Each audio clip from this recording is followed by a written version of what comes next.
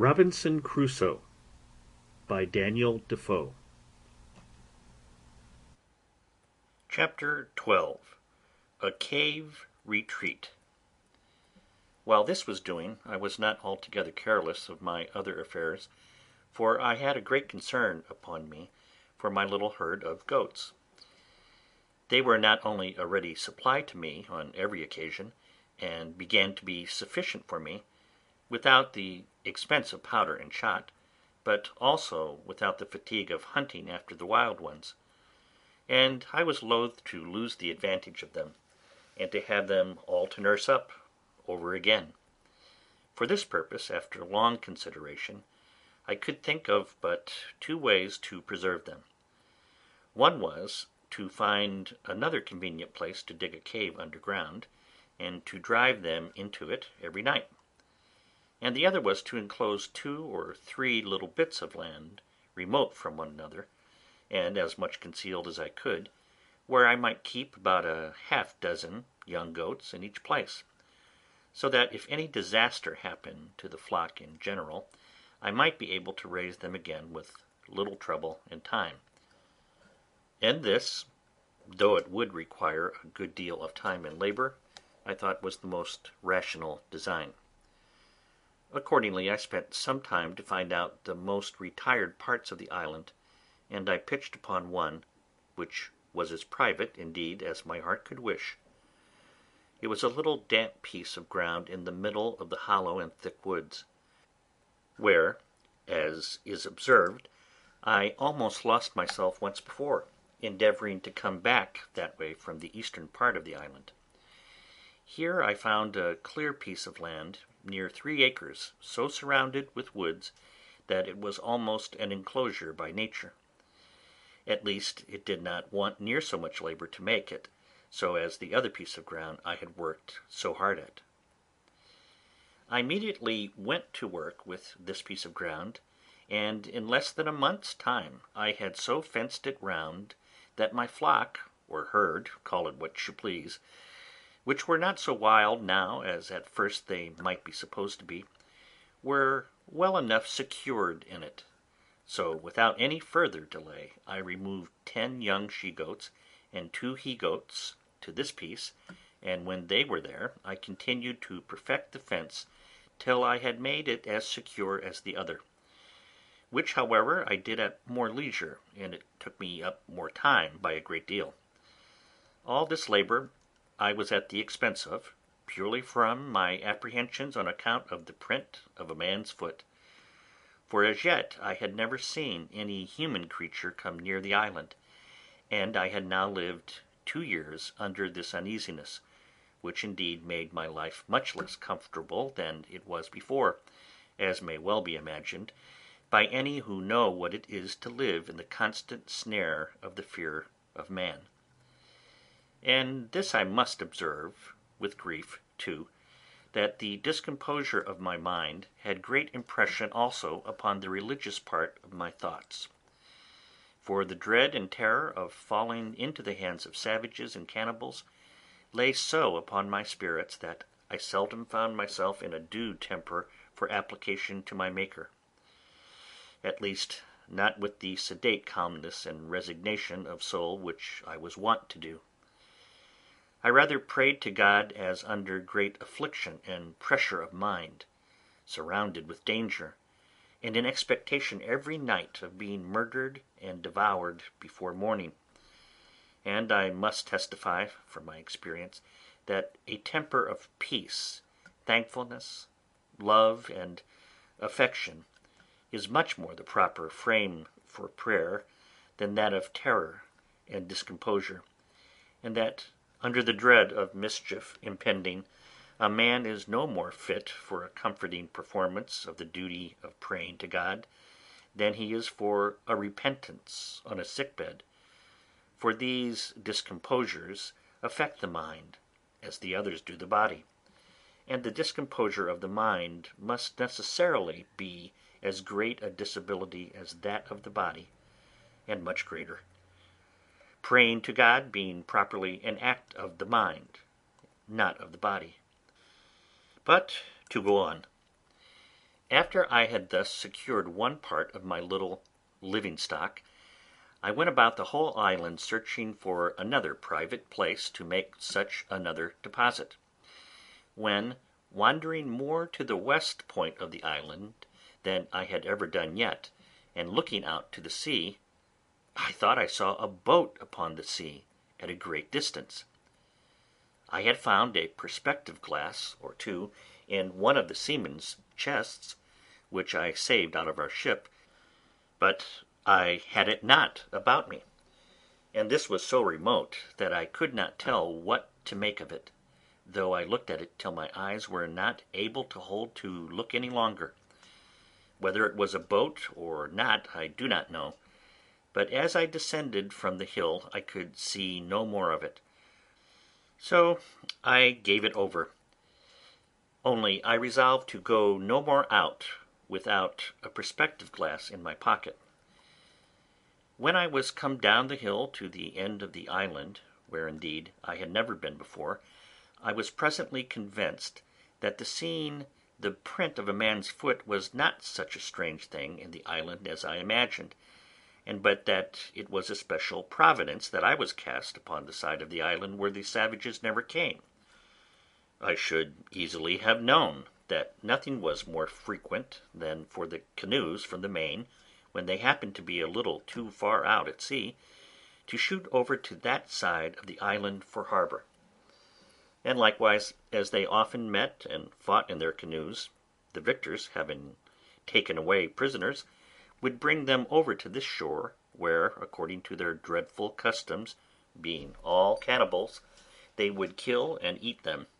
and of which hereafter. When I was come down the hill to the shore, as I said above, being the south-west point of the island, I was perfectly confounded and amazed, nor is it possible for me to express the horror of my mind at seeing the shore spread with skulls, hands, feet, and other bones of human bodies, and particularly I observed a place where there had been a fire made, and a circle dug in the earth, like a cockpit, where I supposed the savage wretches had sat down to their human feastings upon the bodies of their fellow creatures. I was so astonished with the sight of these things that I entertained no notions of any danger to myself from it for a long while. All my apprehensions were buried in the thoughts of such a pitch of inhuman, hellish brutality, and the horror of the degeneracy of human nature, which, though I had heard of it often, yet I never had so near a view of before. In short, I turned away my face from the horrid spectacle, my stomach grew sick, and I was just at the point of fainting, when nature discharged the disorder from my stomach, and having vomited with uncommon violence, I was a little relieved, but could not bear to stay in the place a moment. So I got up the hill again with all the speed I could,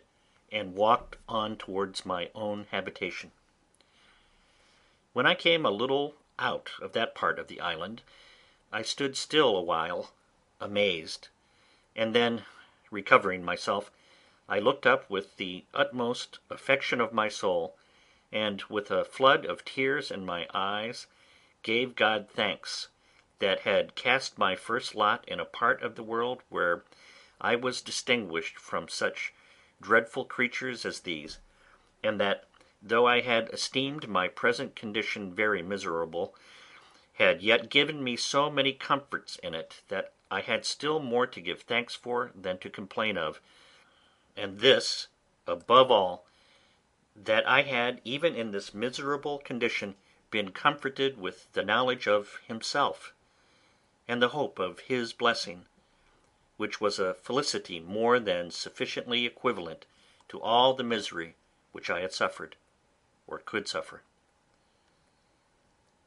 In this frame of thankfulness I went home to my castle, and began to be much easier now as to the safety of my circumstances than ever I was before, for I had observed that These wretches never came to this island in search of what they could get, perhaps not seeking, not wanting, or not expecting anything here, and having often, no doubt, been up the covered woody part of it without finding anything to their purpose. I knew I had been here now almost 18 years, and never saw the least footsteps of human creature there before. And I might be 18 years more as entirely concealed as I was now, if I did not discover myself to them, which I had no manner of occasion to do, it being only my business to keep myself entirely concealed where I was, unless I found a better sort of creatures than cannibals to make myself known to. Yet I entertained such an abhorrence of the savage wretches that I have been speaking of, and of the wretched inhuman custom of their devouring and eating one another up, that I continued pensive and sad, and kept close within my own circle for almost 2 years after this. When I say my own circle, I mean by it my 3 plantations, that is, my castle, my country seat, which I called my bower, and my enclosure in the woods. Nor did I look after this for any other use than an enclosure for my goats, for the aversion which nature gave me to these hellish wretches was such that I was as fearful of seeing them as of seeing the devil himself. I did not so much as go to look after my boat all this time, but began rather to think of making another, for I could not think of ever making any more attempts to bring the other boat round the island to me, lest I should meet with some of these creatures at sea, in which case, if I had happened to have fallen in their hands, I knew what would have been my lot. Time, however, and the satisfaction I had that I was in no danger of being discovered by these people, began to wear off my uneasiness about them, and I began to live just the same composed manner as before, only with this difference, that I used more caution, and kept my eyes more about me than I did before, lest I should happen to be seen by any of them, and particularly I was more cautious of firing my gun, lest any of them, being on the island, should happen to hear it. It was therefore a very good providence to me that I had furnished myself with a tame breed of goats, and that I had no need to hunt any more about the woods, or shoot at them, and if I did catch any of them after this, it was by traps and snares, as I had done before, so that for 2 years after this I believe I never fired my gun once off, though I never went out without it.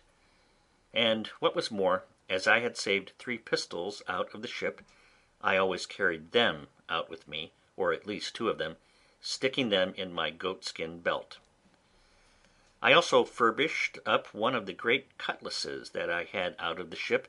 and made me a belt to hang it on also, so that I was now a most formidable fellow to look at when I went abroad, if you add to the former description of myself the particular of 2 pistols and a broadsword hanging at my side in a belt, and without a scabbard. Things going on thus, as I have said, for some time, I seemed, excepting these cautions, to be reduced to my former calm, sedate way of living. All these things tended to show me more and more how far my condition was from being miserable, compared to some others,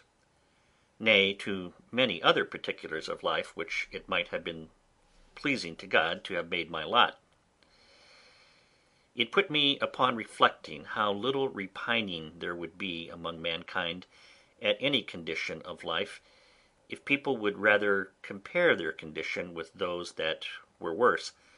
in order to be thankful, than be always comparing them with those which are better, to assist their murmurings and complainings. As in my present condition there were not really many things which I wanted, so indeed I thought that the frights I had been in about these wretched savages, and the concern I had been in for my own preservation, had taken off the edge of my invention, for my own conveniences. and I had dropped a good design, which I had once spent my thoughts upon, and that was to try if I could not make some of my barley into malt, and then try to brew myself some beer. This was really a whimsical thought, and I reproved myself often for the simplicity of it, for I presently saw that there would be the want of several things necessary to the making of my beer that it would be impossible for me to supply, as first, casks to preserve it in, which was a thing that, as I have observed already, I could never compass. No, though I spent not only many days, but weeks, nay, months in attempting it, but to no purpose. In the next place, I had no hops to make it keep, no yeast to make it work, no copper or kettle to make it boil, and yet with all these things wanting, I verily believe, had not the frights and terrors I was in about the savages intervened, I had undertaken it, and perhaps brought it to pass too. For I seldom gave anything over without accomplishing it when once I had it in my head to begin it. But my invention now ran quite another way, for night and day I could think of nothing but how I might destroy some of the monsters in their cruel, bloody entertainment, and if possible save the victim they should bring hither to destroy. It would take up a larger volume than this whole work is intended to be, to set down all the contrivances I hatched, or rather brooded upon, in my thoughts, for the destroying these creatures, or at least frightening them so as to prevent their coming hither any more. But all this was abortive. Nothing could be possible to take effect unless I was to be there to do it myself, and what could one man do among them, when perhaps there might be 20 or 30 of them, together with their darts or their bows and arrows, with which they could shoot as true to a mark as I could with my gun. Sometimes I thought if digging a hole under the place where they made their fire, and putting in 5 or 6 pounds of gunpowder, which when they kindled their fire would consequently take fire and blow up all that was near it, but as in the first place I should be unwilling to waste so much powder upon them, my store being now within the quantity of 1 barrel, so neither could I be sure of its going off at any certain time, when it might surprise them, and at best that it would do little more than just blow the fire about their ears and fright them, but not sufficient to make them forsake the place. So I laid it aside, and then proposed that I would place myself in ambush in some convenient place, with my 3 guns, all double loaded, and in the middle of their bloody ceremony let fly at them, when I should be sure to kill or wound perhaps 2 or 3 at every shot, and then falling in among them, with my 3 pistols at my sword, I made no doubt but that if there were 20, I should kill them all. This fancy pleased my thoughts for some weeks, and I was so full of it that I often dreamed of it, and sometimes that I was just going to let fly at them in my sleep. I went so far with it in my imagination that I employed myself several days to find out proper places to put myself in ambuscade, as I said, to watch for them, and I went frequently to that place itself, which was now grown more familiar to me. But while my mind was thus filled with thoughts of revenge, and a bloody putting 20 or 30 of them to the sword, as I may call it, the horror I had at the place, and the signals of the barbarous wretches devouring one another, abetted my malice. Well, at length I found a place in the side of the hill, where I was satisfied I might securely wait till I saw any of their boats coming, and might then, even before they would be ready to come on shore, convey myself unseen into some thickets of trees, in one of which there was a hollow large enough to conceal me entirely, and there I might sit and observe all their bloody doings, and take my full aim at their heads, when they were so close together as that it would be next to impossible that I should miss my shot, or that I would fail wounding 3 or 4 of them at the first shot. In this place, then, I resolved to fulfil my design, and accordingly I prepared 2 muskets and my ordinary fowling piece. The 2 muskets I loaded with a brace of slugs each, and 4 or 5 smaller bullets, about the size of pistol bullets, and the fowling piece I loaded with near a handful of swan shot of the largest size. I also loaded my pistols with about 4 bullets each, and in this posture, well provided with ammunition for a second and third charge, I prepared myself for my expedition. After I had thus laid the scheme of my design, and in my imagination put it in practice,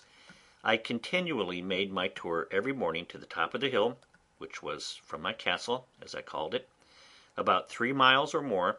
to see if I could observe any boats upon the sea, coming near the island, or standing over towards it. But I began to tire of this hard duty, after I had for 2 or 3 months constantly kept my watch, but came always back without any discovery, there having not in all that time been the least appearance, not only on or near the shore, but on the whole ocean, so far as my eye or glass could reach every way. As long as I kept my daily tour to the hill to look out, so long also I kept up the vigour of my design, and my spirits seemed to be all the while in a suitable frame for so outrageous an execution as the killing 20 or 30 naked savages, for an offence which I had not at all entered into any discussion of in my thoughts, any farther than my passions were at first fired by the horror I conceived at the unnatural custom of the people of that country, who it seems had been suffered by Providence in his wise disposition of the world to have no other guide than that of their own abominable and vitiated passions, and consequently were left, and perhaps had been so for some ages, to act such horrid things, and receive such horrid customs, as nothing but nature, entirely abandoned by heaven, and actuated by some hellish degeneracy, could have run them into. But now, when, as I have said, I began to be weary of the fruitless excursion which I had made so long and so far every morning in vain, so my opinion of the action itself began to alter, and I began with cooler and calmer thoughts to consider what I was going to engage in, what authority or call I had to pretend to be judge and executioner upon these men as criminals, whom heaven had thought fit for so many ages to suffer unpunished to go on, and to be, as it were, the executioners of his judgments one upon another. How far these people were offenders against me, and what right I had to engage in the quarrel of that blood which they shed promiscuously upon one another. I debated this very often with myself thus: how do I know what God himself judges in this particular case? It is certain these people do not commit this as a crime. It is not against their own consciences reproving,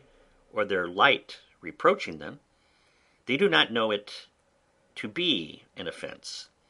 and then commit it in defiance of divine justice, as we do in almost all the sins we commit. They think it no more a crime to kill a captive taken in war than we do to kill an ox, or to eat human flesh than we do to eat mutton. When I considered this a little, it followed necessarily that I was certainly in the wrong, that these people were not murderers in the sense that I had before condemned them in my thoughts, any more than those Christians were murderers who often put to death the prisoners taken in battle, or more frequently, upon many occasions, put whole troops of men to the sword, without giving quarter, though they threw down their arms and submitted. In the next place, it occurred to me that, although the usage they gave one another was thus brutish and inhuman, yet it was really nothing to me. These people had done me no injury, that if they attempted, or I saw it necessary for my immediate preservation, to fall upon them, something might be said for it, but that I was yet out of their power, and they really had no knowledge of me, and consequently no design upon me, and therefore it could not be just for me to fall upon them; that this would justify the conduct of the Spaniards in all their barbarities practised in America, where they destroyed millions of these people, who, however, they were idolaters and barbarians, and had several bloody and barbarous rites in their customs, such as sacrificing human bodies to their idols, were yet, as to the Spaniards, very innocent people,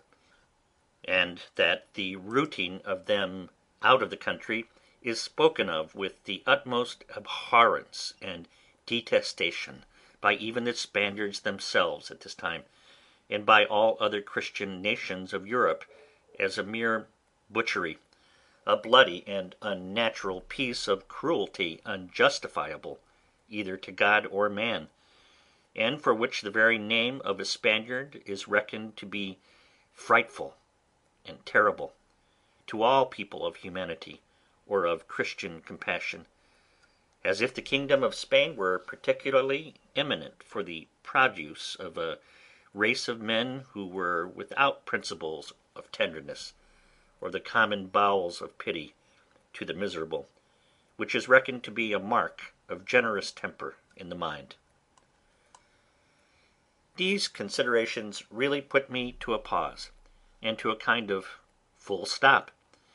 and I began by little and little to be off my design, and to conclude that I had taken wrong measures in my resolution to attack the savages, and that it was not my business to meddle with them unless they first attacked me, and this it was my business, if possible, to prevent, but that if I were discovered and attacked by them, I knew my duty. On the other hand, I argued with myself that this was really the way not to deliver myself, but entirely to ruin and destroy myself, for unless I was sure to kill every one of them that not only should be on the shore at that time, but that should ever come on shore afterwards, if but one of them escaped to tell their country people what had happened, they would come over again by thousands to revenge the death of their fellows, and I should only bring upon myself a certain destruction, which at present I had no manner of occasion for. Upon the whole, I concluded that I ought neither in principle nor in policy, one way or other, to concern myself in this affair, that my business was by all possible means to conceal myself from them, and not to leave the least sign for them to guess by that there were any living creatures upon the island, I mean of human shape. Religion joined in with this prudential resolution, and I was convinced now, many ways, that I was perfectly out of my duty when I was laying all my bloody schemes for the destruction of innocent creatures, I mean innocent as to me. As to the crimes they were guilty of towards one another, I had nothing to do with them. They were national, and I ought to leave them to the justice of God, who is the governor of nations, and knows how, by national punishments, to make a just retribution for national offences, and to bring public judgments upon those who offend in a public manner, by such ways as best please him. This appeared so clear to me now, that nothing was a greater satisfaction to me than that I had not been suffered to do a thing which I now saw so much reason to believe would have been no less a sin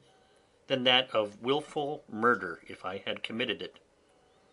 And I gave most humble thanks on my knees to God, that he had thus delivered me from blood guiltiness, beseeching him to grant me the protection of his providence, that I might not fall into the hands of the barbarians, or that I might not lay my hands upon them, unless I had a more clear call from heaven to do it, in defence of my own life. In this disposition I continued for near a year after this, and so far was I from desiring an occasion for falling upon these wretches, that in all that time I never once went up to the hill to see whether there were any of them in sight, or to know whether any of them had been on shore there or not, that I might not be tempted to renew any of my contrivances against them, or be provoked by any advantage that might present itself to fall upon them. Only this I did. I went and removed my boat, which I had on the other side of the island, and carried it down to the east end of the whole island, where I ran it into a little cove, which I found under some high rocks, and where I knew, by reason of the currents, the savages durst not, at least would not, come with their boats upon any account whatsoever. With my boat I carried away everything that I had left there belonging to her, though not necessary for the bare going thither, that is, a mast and sail which I had made for her, and a thing like an anchor, but which indeed could not be called either anchor or grapnel. However, it was the best I could make of its kind. All these I removed, that there might not be the least shadow for discovery, or appearance of any boat, or of any human habitation upon the island. Besides this, I kept myself more to myself, as I said, more retired than ever, and seldom went from my cell except upon my constant employment, to milk my she-goats, and manage my little flock in the wood, which, as it was quite on the other part of the island, was out of danger. For certain it is that these savage people, who sometimes haunted this island, never came with any thoughts of finding anything here, and consequently never wandered off from the coast, and I doubt not but they might have been several times on shore after my apprehensions of them had made me cautious, as well as before. Indeed, I looked back with some horror upon the thoughts of what my condition would have been, if I had chopped upon them and been discovered before that, when naked and unarmed except with one gun, and that loaded often only with small shot, I walked everywhere, peeping and peering about the island to see what I could get. What a surprise should I have been in, if, when I discovered the print of a man's foot, I had instead of that seen 15 or 20 savages, and found them pursuing me, and, by the swiftness of their running, no possibility of my escaping them. The thoughts of this sometimes sank my very soul within me, and distressed my mind so much that I could not soon recover it, to think what I should have done, and how I should not only have been unable to resist them, but even should not have had presence of mind enough to do what I might have done, much less what now, after so much consideration and preparation, I might be able to do. Indeed, after serious thinking of these things, I would be melancholy, and sometimes it would last a great while. But I resolved it all at last into thankfulness to that Providence which had delivered me, and had kept me from so many unseen dangers, and from those mischiefs which I could have no way been the agent in delivering myself from, because I had not the least notion of any such thing depending, or the least supposition of its being possible. This renewed a contemplation which often had come into my thoughts in former times, when first I began to see the merciful dispositions of Heaven in the dangers we run through in this life, how wonderfully we are delivered when we know nothing of it, how when we are in a quandary, as we call it, a doubt or hesitation whether to go this way or that way, a secret hint will direct us this way when we intended to go that way. Nay, when sense, our own inclination, and perhaps business has called us to go the other way, yet a strange impression upon the mind, from we know not what springs, and by we know not what power, shall overrule us to go this way,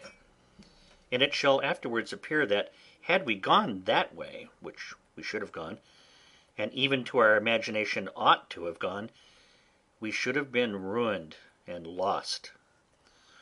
Upon those and many like reflections, I afterwards made it a certain rule with me, that whenever I found those secret hints or pressings of mind to doing or not doing anything that presented, or going this way or that way, I never failed to obey the secret dictate, though I knew no other reason for it than such a pressure or such a hint hung upon my mind. I could give many examples of the success of this conduct in the course of my life, but more especially in the latter part of my inhabiting this unhappy island. Besides many occasions which it is very likely I might have taken notice of, if I had seen with the same eyes then that I see with now. But it is never too late to be wise, and I cannot but advise all considering men, whose lives are attended with such extraordinary incidents as mine, or even though not so extraordinary, not to slight such secret intimations of Providence, let them come from what invisible intelligence they will. That I shall not discuss, and perhaps cannot account for, but certainly they are a proof of the converse of spirits, and a secret communication between those embodied and those unembodied, and such a proof as can never be understood, of which I shall have occasion to give some remarkable instances in the remainder of my solitary residence in this dismal place. I believe the reader of this will not think it strange if I confess that these anxieties, these constant dangers I lived in, and the concern that was now upon me,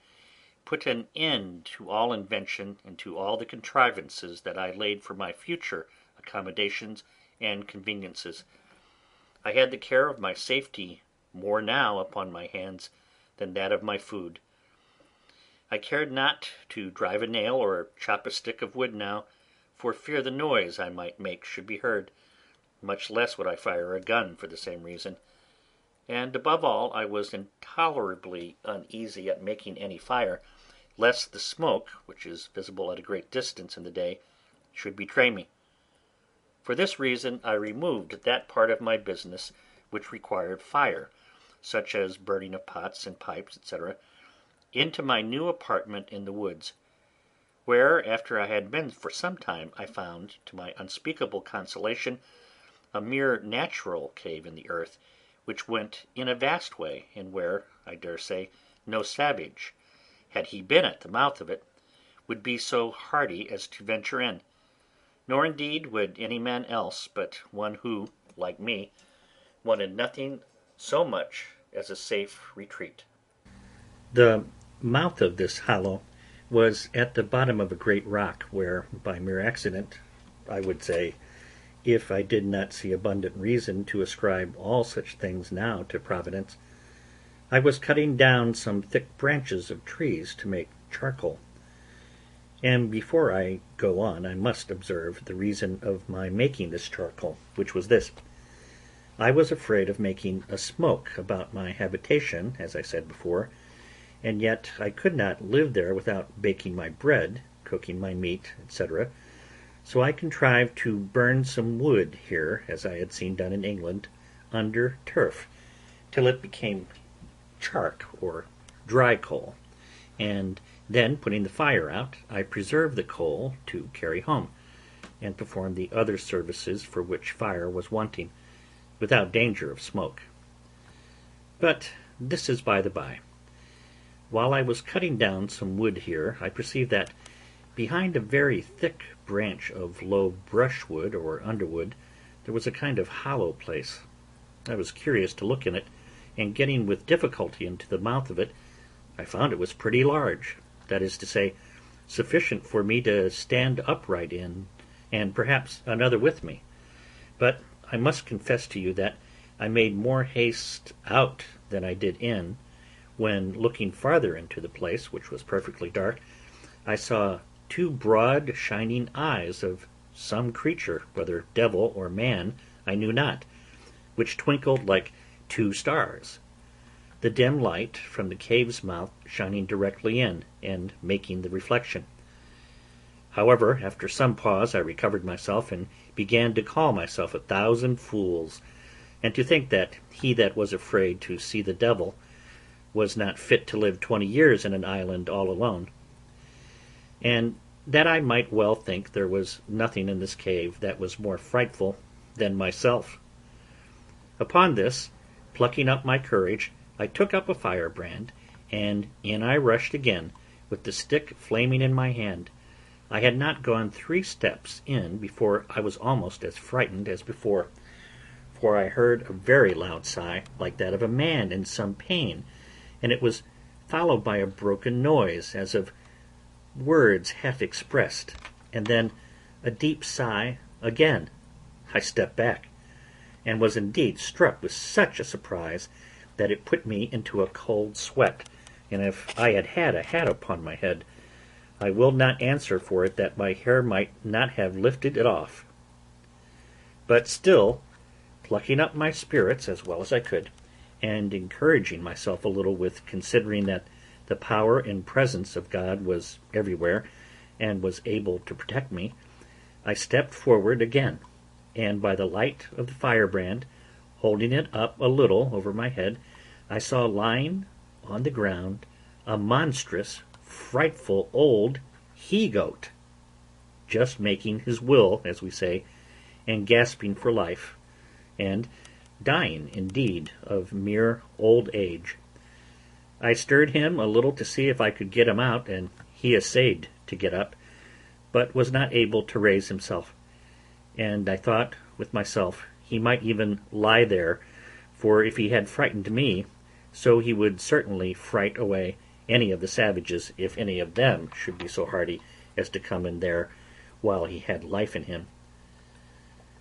I was now recovered from my surprise, and began to look around me, when I found the cave was but very small, that is to say, it might be about 12 feet over, but in no manner of shape, neither round nor square, no hands having ever been employed in making it, but those of mere nature. I observed also that there was a place at the farther side of it that went in further,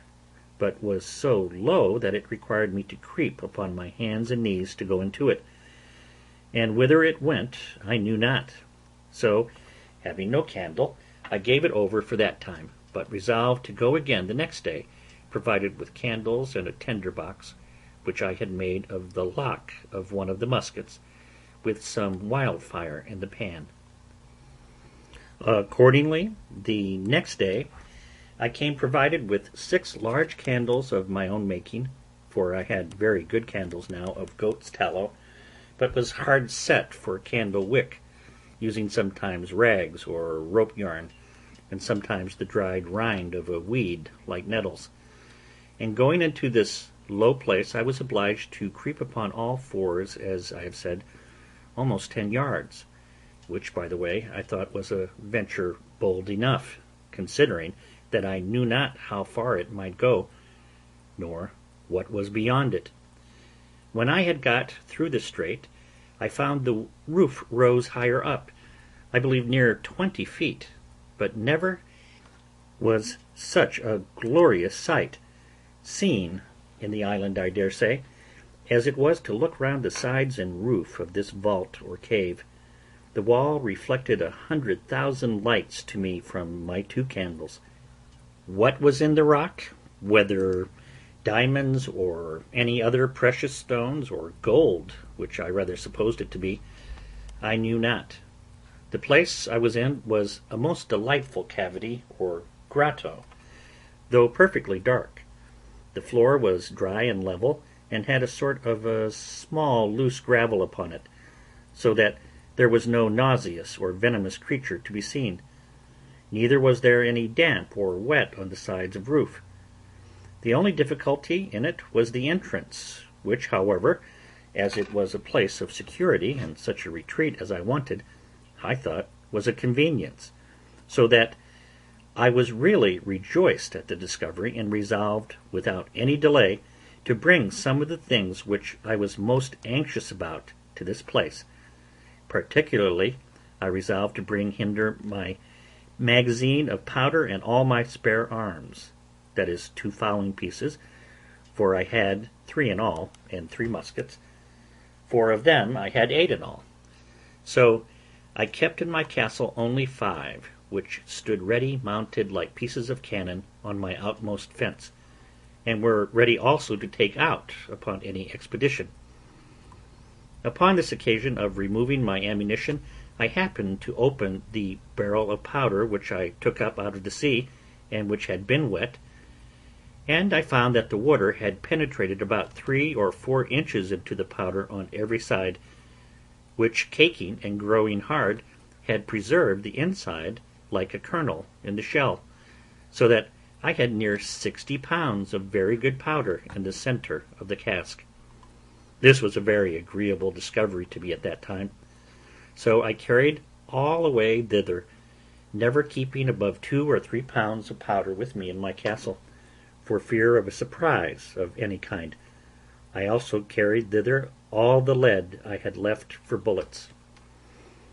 I fancied myself now like one of the ancient giants who were said to live in caves and holes in the rocks, where none could come at them. For I persuaded myself, while I was here, that if 500 savages were to hunt me, they could never find me out, or if they did, they would not venture to attack me here. The old goat, whom I found expiring, died in the mouth of the cave the next day after I made this discovery, and I found it much easier to dig a great hole there, and throw him in and cover him with earth, than to drag him out. So I interred him there, to prevent offence to my nose. End of chapter 12.